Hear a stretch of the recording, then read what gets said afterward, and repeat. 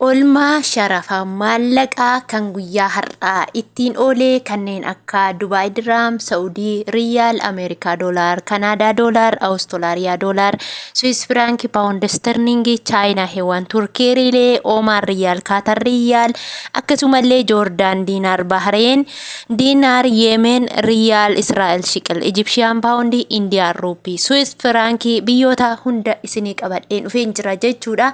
Akkasuma gabaa gurraachaa fi baankii waliin wal qabatee karaa lamaan kanan isinii himu jechuudha. Egaa guyyaan har'aa Meey 17 baatii 5 2025 olmaa sharafa gabaa gurraachaa fi baankii waliin ilaalan nagaan dagannee nagaan ku lafaaf bakka jirtan isiniif haa baay'atu.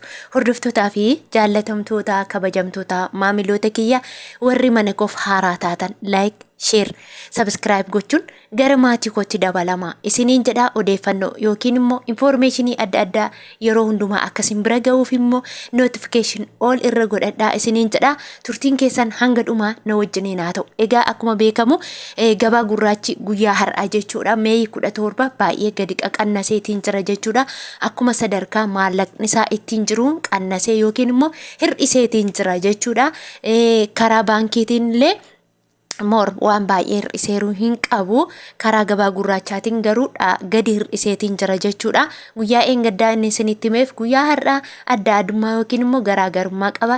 Kan baankii kanan isinii himu nigdi baankii yookiin commercial bank of Ethiopia akkasumas immoo baankii daldala Ethiopia kan jennudha jechuudha. Kanaaf yeroo jalqabarraa yoon isinii ka'u nigdi shisma Ameerikaa Doolaar irraan isinii ka'a. Inna taphatabsiisa mindinoo shigir zaare.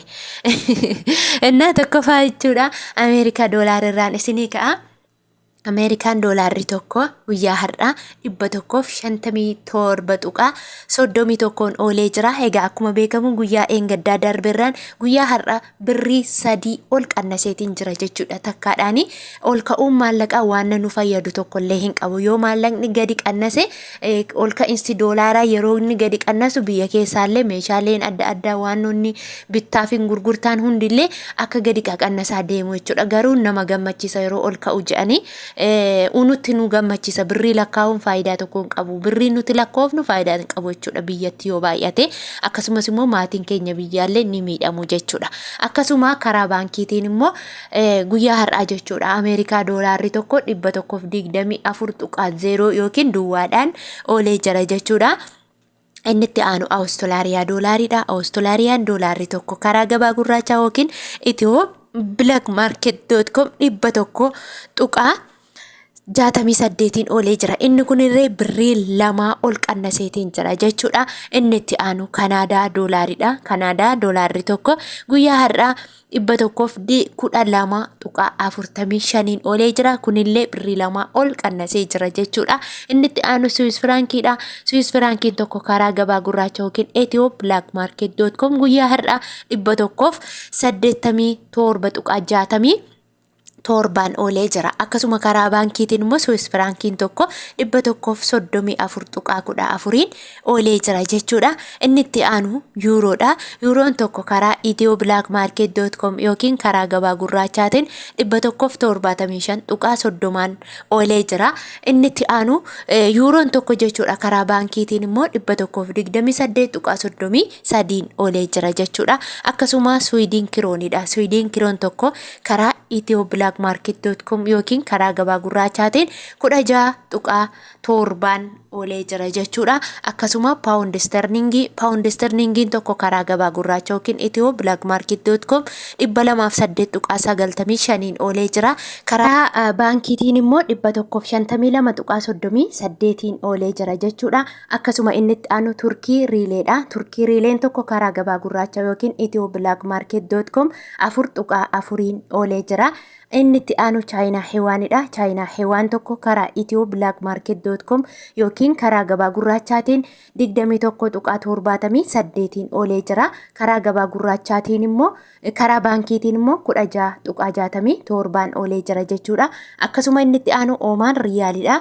Oomaan Riyaalli tokko ethio.blackmarket.com guyyaa har'aa 408 digdamaan olee jira jechuudha. Inni itti aanu kaatar riyaalidha. Kaatar riyaalli tokko karaa ethio-blackmarket.com yookiin karaa gabaa gurraachaatiin 41.82 olee jira jechuudha.